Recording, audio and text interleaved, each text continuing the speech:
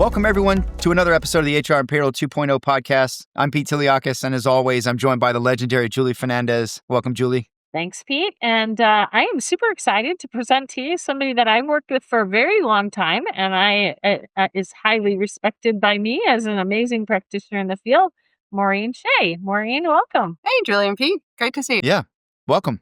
Great to have you. Yeah, so Maureen, I think you and I met at CVS, actually, probably almost 15 years ago, maybe longer than that, and have kept in touch since then. And so I think you know enough to know that I usually ask, how the heck did you even get into HR? Yeah, and unlike a lot of your other great, phenomenal panelists, I actually thought I had a phenomenal professor in college who loved what she did, and she was an HR professor, and whoever knew that existed. At the time, though, I thought I wanted PR, and I thought HR and PR were similar, but it was just she so loved what she did. It just really stuck with me. But upon reflection, it actually is pretty similar, right? It's about people, it's about engagement, it's about behavior change. So it's really kind of cool how those things align. But so after school, after college, went off and worked for a bank in an HR department, as life would have it, and had the opportunity to work for, throughout my career, people who loved what they did and who loved people who wanted to learn and do what they were doing. So I got started off as administrative assistant actually at a bank, and the head of comp and Ben said, "Hey, I got too much time. I got too much work to do. Let me send you off to the ACA to get certified, and you'll start doing comp and ben work." And it was just great to be a sponge and continue along in that way. So that's what got me in. What got me staying is just the great work. It's ever changing, right? It's comp, it's ben, it's people, technology, people, process, and technology. I've always been there, right? But all of those things change all the time, and just the impact the people and the processes and the technology have on the business and business outcomes. I'm a geek and I love it. It's just super. Yeah. Isn't that funny? If it's not payroll that sucks you in and gets its tentacles into you, it's usually something really hairy, like benefits. Yeah. Benefits or compensation. So yeah, and the complexity of that. I think a lot of people are drawn to the complexity of both of those worlds, right? It is never changing, even though it is kind of the same. But yeah, and so important, right? I mean, I feel like it's at least in America, it's sort of the fiber of like connecting your personal world to your, aside from pay anyway, right? Connecting your personal world and your work world. And maybe that's something we could talk about. Like, should we be untethering benefits from employment? But it's so woven, right, between each other. And very relatable, right? Everyone has questions and health. It touches your family. And people are scared. It's something they don't know about. And then when they need it, it's a moment that matters, right? They need it then, they need it now, they're looking for help. And we're not always great at making that experience as employers, an easy one for them. So just great to be able to kind of help people. Yeah. It's tricky, man. I always had to go to. My wife's a more benefits expert than maybe some things, and in terms of HR, she's a practitioner. So I always go to her for like. I'm like, what do I? I mean, I know benefits pretty well, but I always have her break some things down, more. And so I'm blessed to have that expertise for sure. Another scary area, yeah. It is. Maureen, it's a big decision. I don't usually do the actual intro part. That's oftentimes Pete. So I think I've shortchanged a little bit. Like I've known you in some of your roles at CVS. And can you just tell us a little bit about that? It's an enormous organization, top 5, I think, Fortune 5, Fortune 10. Just share a little bit about that, because it's been, it's a big organization and you can do so many things in there. It is. And we actually met and we were both vendors, because I was, for 22 years, I was with Alight, Aon Hewitt, all the different logos we had there. And just fascinating to be able to serve clients. It's build relationships. If you ever told me I was in a sales role, I would have run screaming. I didn't see it that way. I just saw it as building relationships, solving problems, and working with clients for those outcomes. And it was kind of great to see it from the outside in. But then, and that's where I'd met you. And then you're always trying to tap into the marketplace and get best practices. And it's just phenomenal where those relationships lead to, right? The world's small. And our world gets really small really fast. But then I had the opportunity. So after 22 years of serving phenomenal clients in the Northeast, always like the big, the bad, the complex, which sometimes the smaller ones, smaller companies have less resources and less time to devote. But so it's been fascinating and great. But it all goes down to delivering really well, and building those relationships and solving problems. And oh my God, even measuring the outcomes from time to time. But had the opportunity about 6 years ago. CVS and Aetna were clients of mine, and they, with their integration, which was vast and huge, they were doing a lot of reorging, and there was a box on an org chart, and I asked about it. I said, "What's that about?" And they said, "Well, we think you'd be great at it." And I started off, and I was like, "Ooh, wait a minute." I always think one makes you a better other, too. If you're a comp person and you know Ben, payroll person who knows finance or tax or even benefits, different things. And you might find out you love it. You might find out you learned a lot and it's not what you like, but I always think one makes you a better other. So being on the client side was really great, again, to get back to roots. And vendor management side's always a funny space too, right? It's the who wants to do contracts, right? Our COEs always want to be out doing the next best thing, talent, comp, Ben, and who wants to do the contracts? Who wants to monitor? Who wants to make sure the vendors that have their um, KPIs and performance guarantees in place, et cetera. And to me, that's just a really cool space, because if you don't understand the foundation, you don't understand, you can always get pokey at a vendor for not delivering on what they were supposed to, but were they supposed to? You're a governance geek, Maureen. Yeah. So love that. But then also at the time we were taking 14 disparate systems, doing the integration with Aetna, and going to one. We were at the end of life for one of our HCM, and we're going to take all 14 of them and put them in one. And everyone always complains about the systems they have until they're about to lose the systems they have, and they want them all back. But phenomenal, huge organization, to your point, Julie, but always very dynamic, always something to do, always leaning in and figure that out. So had that great opportunity to work with the team on that. Was one of the negotiated the HCM contract with some external support as well, because you always want best in market, and then implementing that kind of change. And it's never a great time for that change, right? And then when you have that opportunity and you have the paper and the pen, how do you look at that employee experience to truly improve it and not just lift and shift it? Well, look, I'm super excited, Maureen, to have you talk with us today about the end-to-end mindset. It's something that when Pete and I did our annual, beginning of the year, what do we think are kind of hot topics or hot themes for where to each year? focus. Yeah. Yep, where to focus, where to focus. That to me is something that I'm seeing more and more often, and is one that we brought to the table at that point in time. And here we are, end of April, moving into May, and it just felt like, wow, we haven't really talked about this much. And you're such a perfect person to talk to because you have such a variety of experience. And so I think just even starting with the idea of the end to end mindset, I think when we call that out as a theme, that's going to mean something different to everyone, just based on what role they're in, or what their lens or lenses have been in the organization. What does it mean to you? What do you think about when I said, hey, let's talk about the end to end mindset today? Yeah, beating my head against a brick wall from time to time, but you've hit all the reasons why. What does end to end mean, right? My end, my job, my silo. I look at it as pre-hire, the candidate experience, all the way through leaving the organization. Whether that's because I'm an entity of one. I'm an end, right? I don't think about myself in different cycles or different systems or different departments. I'm me as an employee, right? So look at it from the employee side, which is hard, right? Often we try to make it easy for the administrator, or you don't always appreciate the difficulties that come into that. But we have policies that drive it. And then when you have that opportunity to make that change, do you take it? You never have enough time. Do you go back and have all the documented SOPs, and what do you think? And then you've got people and tons of institutional knowledge in seats, often trying to design for the future, and they don't always understand the full There's resistance, right? Change is hard. You go first. And then there's sometimes not knowledge of what is possible, right? So one of our views, and I think it's a bugaboo for most employers, is onboarding. Who owns it? Where are the silos? Where does it happen?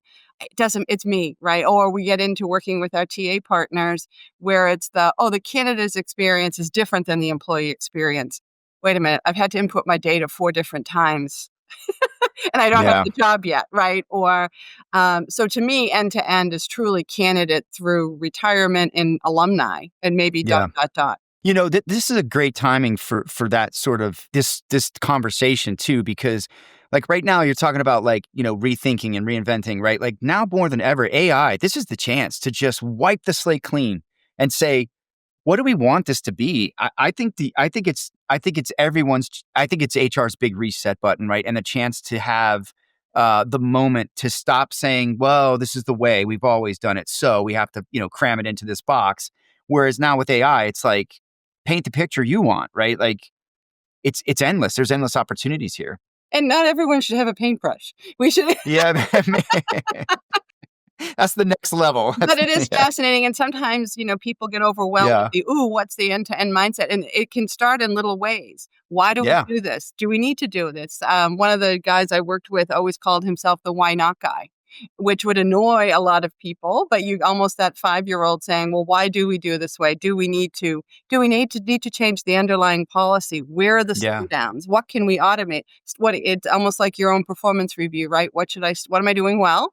What should yep. I stop? What should I do more of?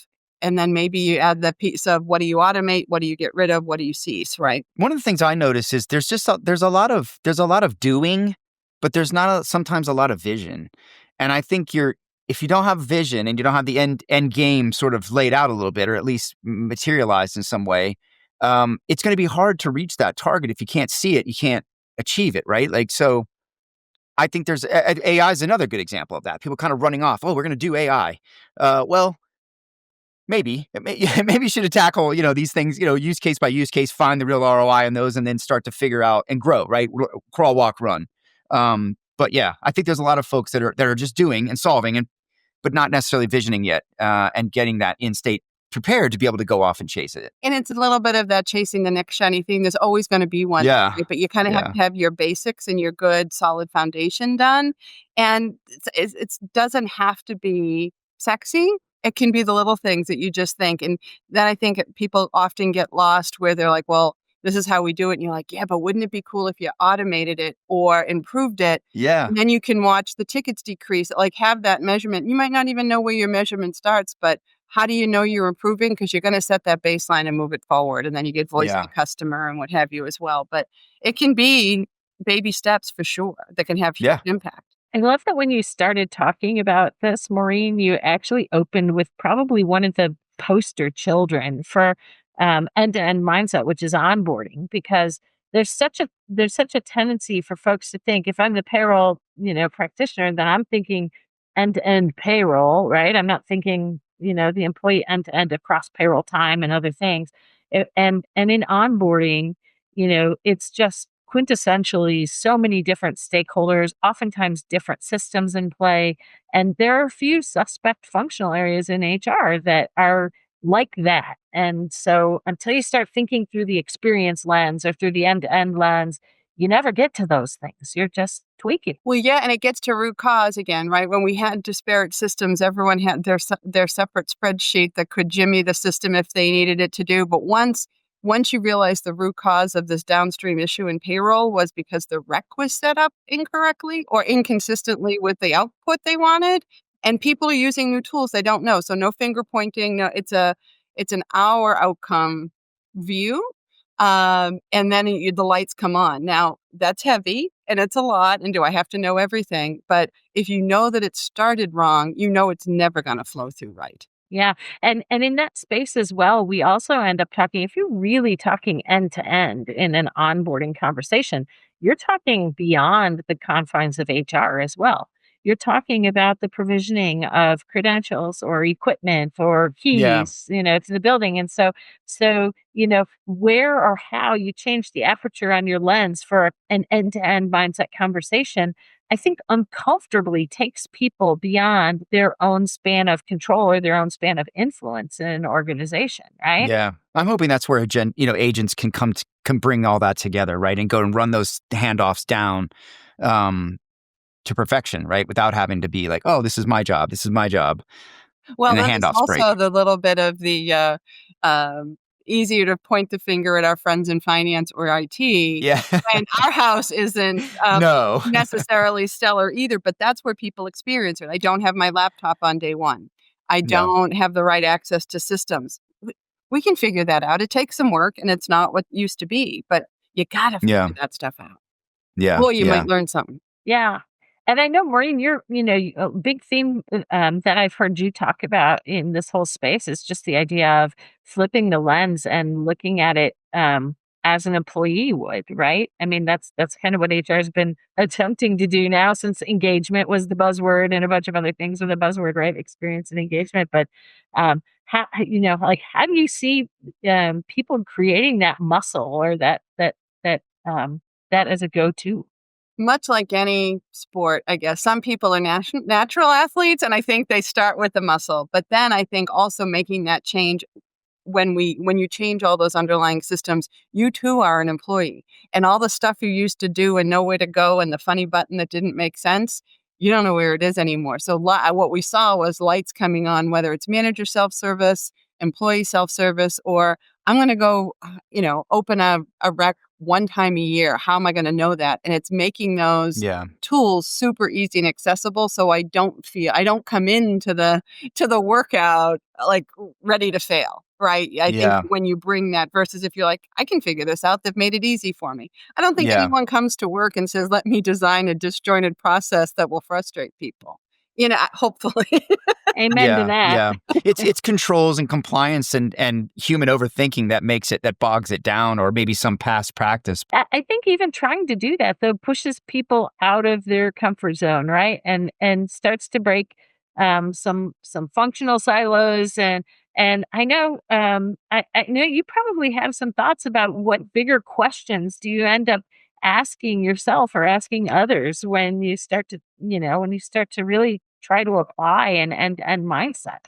Yeah, and I think to Pete's point, some of it gets to you start on Earth. You have to pick up every rock, right? If you walk by one, that's where the gunk is, or the sacred cows, right? Or we've always done this. And when you start asking those questions of legal says, so then you go to legal, it can get tiresome, but then you grow believers along the way as well. So you kind of, as part of this change management part of the opportunity over the transformation, it was I got the opportunity to be that voice of the change, and I was like, "Oh, you kidding? This is the thing that everyone blames when it doesn't go well." Yep. But then I Yep. realized it's really a political campaign, and you're knocking on doors, shaking hands, and bringing people Yeah. along, and making them think it's theirs, and not in a manipulative way. Just this will be better for you, and this is how. And we never Yeah. think eating our vegetables is good until it is. Yeah, yeah, you do. I would agree. There was a certain amount of, in my transformation experience on the practitioner side, there was a certain amount of almost like roadshow selling that we needed to do as executives to go around and convince some of these business units that we were supporting that moving to a shared service center and, getting aggressive with Sarbanes-Oxley requirements and other things that were changing in our world at the time. I'm dating myself. Were obviously very beneficial to their business, and that was a bit of you call it politics, but it's a bit of a selling. You kind of got to go out there and show them the what's in it for them, gain their buy-in, because without that, it's going to be really difficult to fly any air cover when things start to get difficult and frictioned, right? And there's going to be a little friction in any change. So I think it's having those allies that are like, yeah, we're going to champion your cause because it's good for all of us, and let us go help you. Versus you going out there as the tip of the spear, trying to be the point man on the door opening, right? Like you don't want to do that. So yeah, it's a build it and they will come, but they'll come Yeah. with encouragement. Yeah. Yeah, Lots and they'll of shoot you. encouragement. They'll shoot you while they're there. Yeah, you'll be the one they're hanging. No, but really, there is a certain amount of diplomacy that goes into these things, especially in the enterprise that I've seen.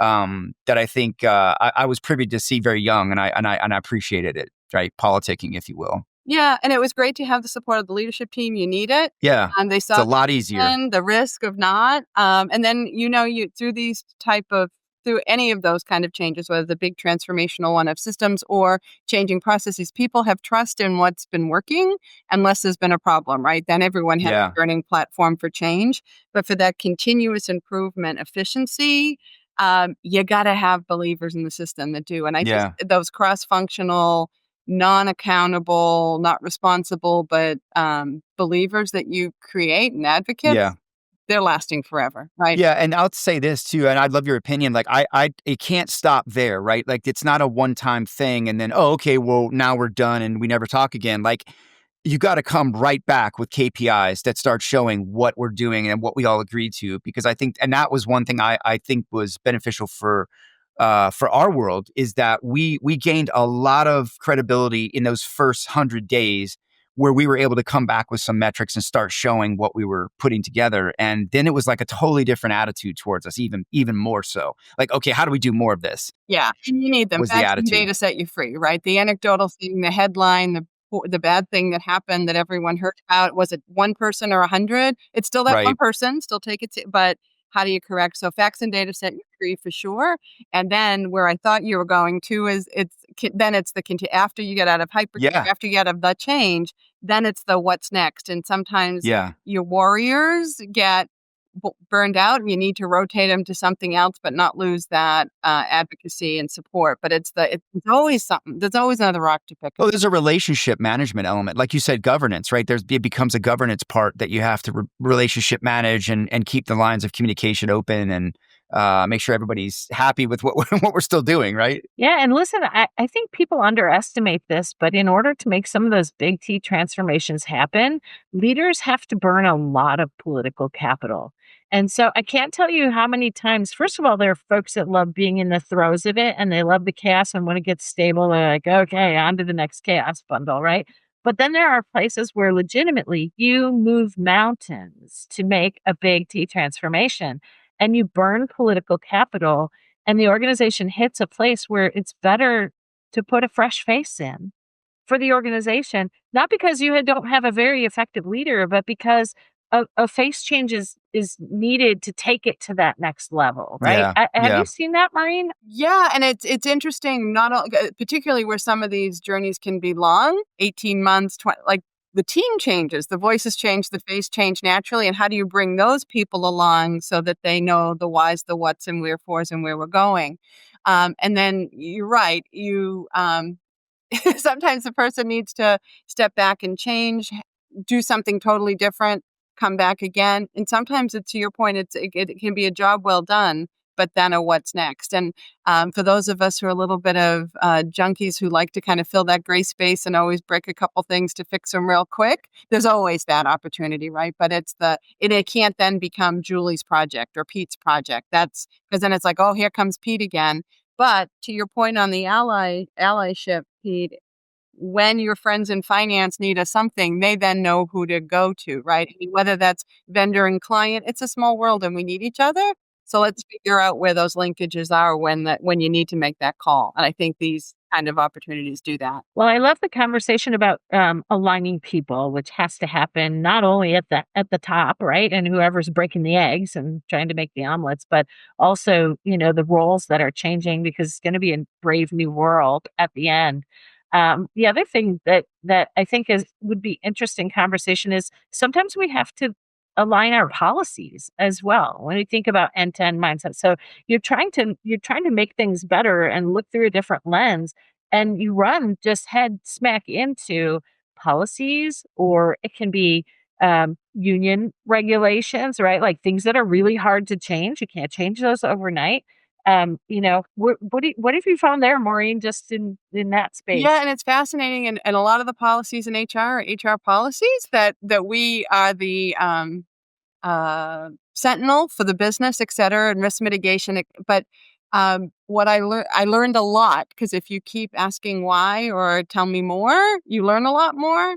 And sometimes you learn people don't know why they're there, but that's the way we've always done it, keeps people away enough that Yeah. Yeah. like, oh, yikes, Yeah. it's not working. It's comfortable too, by the way. Yes, yes. It's comfortable. It is comfortable. And then what you also realize is sometimes you've got some saboteurs out there that might be nodding yes, but really, and at first I'm like, ooh, they're not on board. And they've got to come along in their time. Some will never. But I realize that so much of that is more just fear about what's my job going to be? What risk am I taking? And if you can kind of put the lid on those, they'll bring along, and then often they're your biggest believers again. But the policies were amazing. Or you also realize, which is also a risk, how many policies are sitting out in our policy referral, click here, deep dive into something that are no longer valid. Yet, should there be a lawsuit or a question, we're not always great at culling out and coming up with our most current. Or are tribal, right? And so there's this collection of tribal practices that have become very policy like, that that you can step or trip all over, and they're not even a policy, they're not even a thing. It's just the way it's done, and those things need to change. I also find those are super tied to the culture as well. So when you start tripping over policies and practices and those sorts of things, you are tampering with, somebody's cheese, getting ready to move some cheese around. And sometimes the culture's changed without those changing. The other is you can also have, much like CVS, you have quite diverse businesses within that have different business requirements. Now, can employers often specialize themselves into custom everything paralysis? Absolutely. But there are clearly different diverse needs for kind of a corporate shared service environment versus a retail store. Yeah. Yeah. And that's okay. But to make that, being that challenger and challenging the status quo is a challenge. How The how about trifecta challenge. How about, much to do is made, and sometimes the central starting point is looking from a technology lens, right? People are trying to, move into something that brings more automation. Now AI, everybody's looking at that from a technology lever. But aligning systems can also lead you to look exclusively at the automated end to end, and not the broader end to end that incorporates all those things that aren't part of automation. Any thoughts about that? And the pitfalls, the risks, or things to navigate so that you don't just take a technology end to end lens. And it isn't, right? And so much is that one of our biggest learnings is the communication and tools and leveraging things that existing. Everything doesn't have to be custom. And then you did the best you could, and you learned along the way. And oh my gosh, we didn't need to have this bulky stuff. We needed it trimmer. And that's okay. You didn't fail. You succeeded. We moved the needle. Now we got to move it again, right? And we know more. Automation's interesting because that's kind of magical behind the scenes. But you need to have your upfront clear to people to know, if you push this button, do you know this is going to happen? And we had a fair amount of that, those surprises along the way. But I think, again, it goes, I guess, back to people processing technology, right? It's one of the three. Hey, can I ask a question? This is something that always kind of bothered me. Julie, maybe you've seen this a lot. As a consultant in my consulting days, especially, it's always maybe not always, but a lot of times in the enterprise, right? And I think, I know just from memory, CVS has made some pretty big acquisitions in the last, Yeah. Signify Health and some others. What I always thought was interesting is when a bigger fish was swallowing a smaller fish, it was almost like all the processes from the smaller fish were just less dominant, right? And I always would look at things at some of these. I've worked on many M&A, and I've looked at some and I used to think well, wait a minute, the way they're doing this is that system's way better and what they're doing is way better. Why can't we just do what they're doing? But it's oh no, we've got the thing over here and everybody's got to conform. How do you balance taking the best of IP, even if that means back office IP, from another organization and integrating it into the bigger fish? And maybe that's a podcast, I don't know, but you know what I mean? That always bothered me, that sometimes I felt like the daddy, the bigger fish was always sort of playing the wild card on the smaller guy when there was probably something better there. Probably. And some of it, I think, is that lift and shift, because I said, so that's why. And it's coming over and it's what we know and it's how we run our business. That is if you have a like, perhaps. However, I think there's also that lens, Pete, that if everyone was going to start with this clean slate, they wouldn't start with the technology, the processes. They would design it differently. And sometimes you've got the best of both worlds would be to cherry pick both. Now, can the one of the issues that we right. CBS was, can the smaller technology handle the whale? And from a pressure testing, et cetera. But to be able to have that conversation of oh, geez, we never got it. We've had this for 20 years because it was never the right time, money, business time going on or investment to make, but they've got what we want. Let's do that. To me, that's a very strategic, intentional, and positive thing to do, but I think it's fairly rare. Yeah, there's so many complexities and variables that go into that, right? I mean, you can't just like break procurements contracts and completely change processes around a smaller thing. But I just think there's a lot of opportunity to learn from some of these, you know, organizations that you're buying that have practices that might be learned from. It's a lot funner to apply it in the divestiture Yeah, scenario, yeah, right? yeah, Because somebody is going to start with a clean slate or have an opportunity usually to work with a clean slate. And yeah. like most people that I know kind of want to be the clean slate people because you get to slough off the things that maybe, didn't pan out the way you thought. And yes, there's some pressure to build it, to do something new, but they're restructuring budgets and other things. And so you get to think with that, more of a whiteboard mentality when you're going the other way around, and the M&A is just a little bit more of, That's a great point. That's a great what's the point. efficiency play here, Yeah, right? yeah. There's a lot of great stories out there from the HR tech and managed service providers for how they, were be able to be agile and flexible for companies to do exactly that, invent their future forward process in their new world once they divested. So it is a little bit of an opportunity to hit reset, I think. Yeah. Hey, Yeah. I don't want to leave some of this conversation without just spending a little bit of time, Maureen, on some of the impacts or the benefits and the outcomes that are positive that you can get from end-to-end thinking and working and just structuring what you're doing in an end-to-end mindset. What would you share with us in that space? Yeah, it's probably going to sound like too much of a softball question, but I really loved and got really jazzed up. Employees are great at sharing feedback, whether you want to hear it or not, and it is a gift. But when they were like, "Wow, that was easy," or "I didn't know what system I was in, and it didn't matter," like it's those things where, or I know this probably would never happen to anybody, when you can literally push a report button and get headcount. How much headcount do we have today? And have that number today. Some of them can be Now, very foundational thing and the same answer twice. So some of those are very fine, the things that you could never do before. And then you look at the folks that were doing those roles or pulling the reports together, and you're like, now you get to go do something else. And it doesn't, we still need you. You're still valuable. We love your institutional knowledge. You can make other things run better too. Apply that forward. So a lot of that was the employee satisfaction, manager satisfaction, reportability, and sometimes you forget what you've done without, and you're like, oh my gosh, I could do that. So even having the time and the mind share to think about, what do I want my data and analytics reporting to look like? Because before I was doing it, with some duct tape and twigs and making it happen. But now I can do this, and now I can do the analytics stuff, and I can do the more strategic stuff. And it's true. It's not HR textbook. It's Yeah.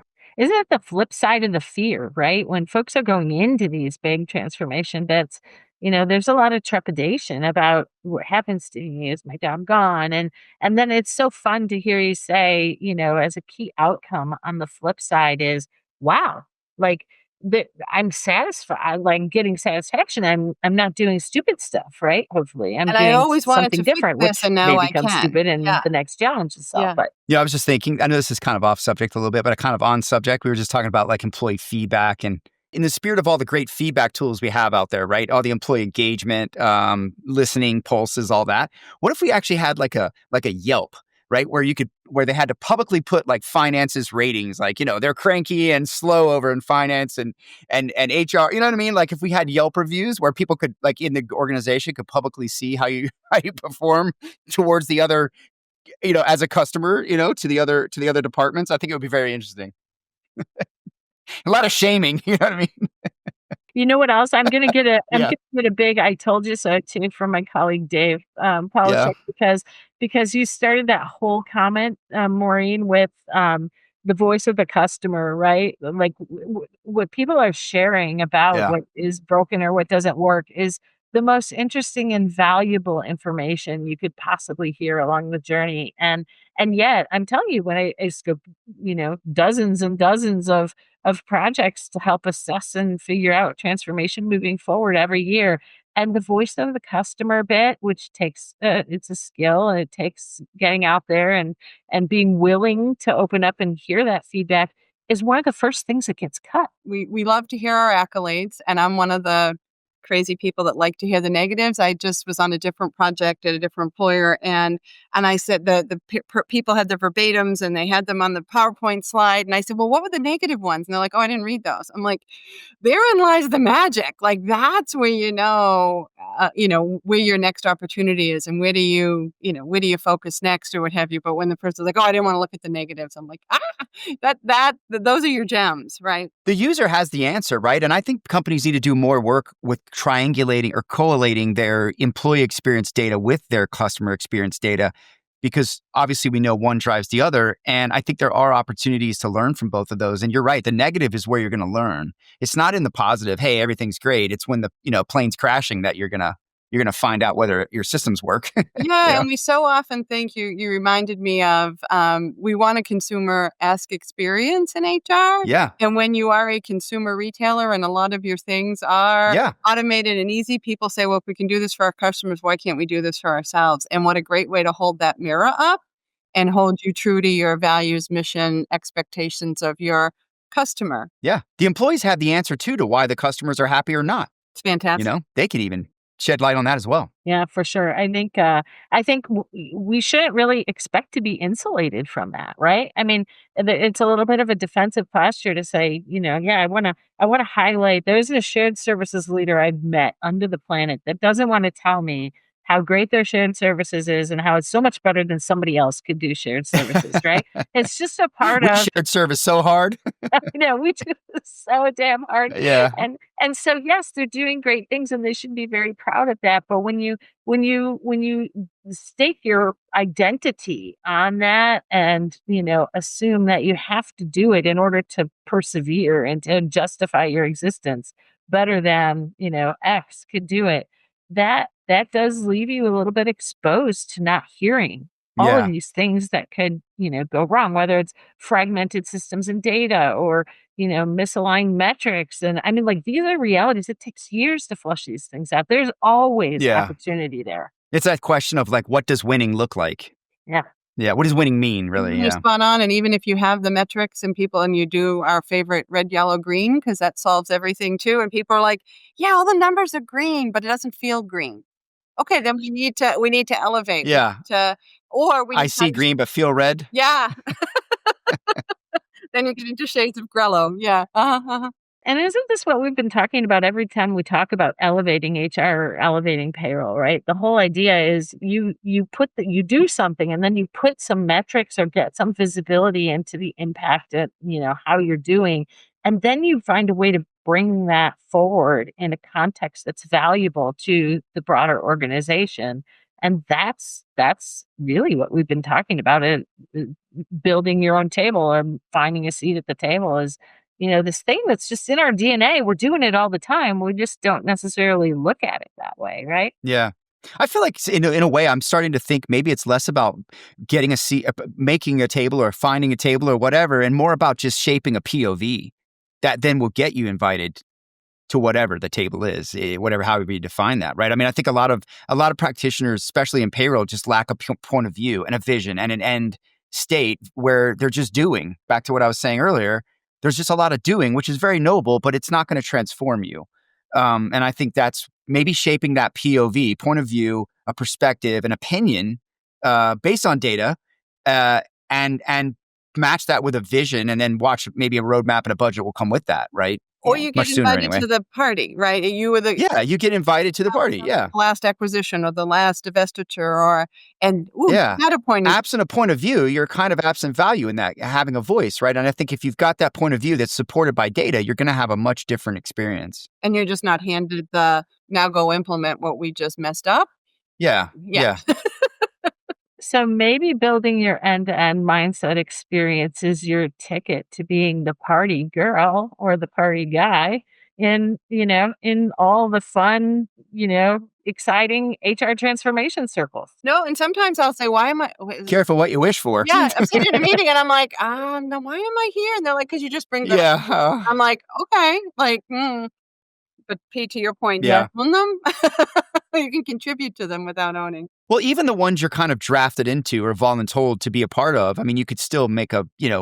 put your stamp because it's your chance to have a vote Yep. As to what the next wave of doing is. So don't look over those, right? I mean, I've been a part of a lot of those myself and I didn't love it, but I was like, hey, I don't want to shirk this off because it affects me, Yep. It's filling that gray space. Love it. Yeah. So, hey, I know we're going to wrap shortly and Pete will end with with the usual what's up and where do we find you? But did we miss anything that you really had top of mind? We kind of went all over the place. There's a lot of places to go with the idea of the end-to-end mindset.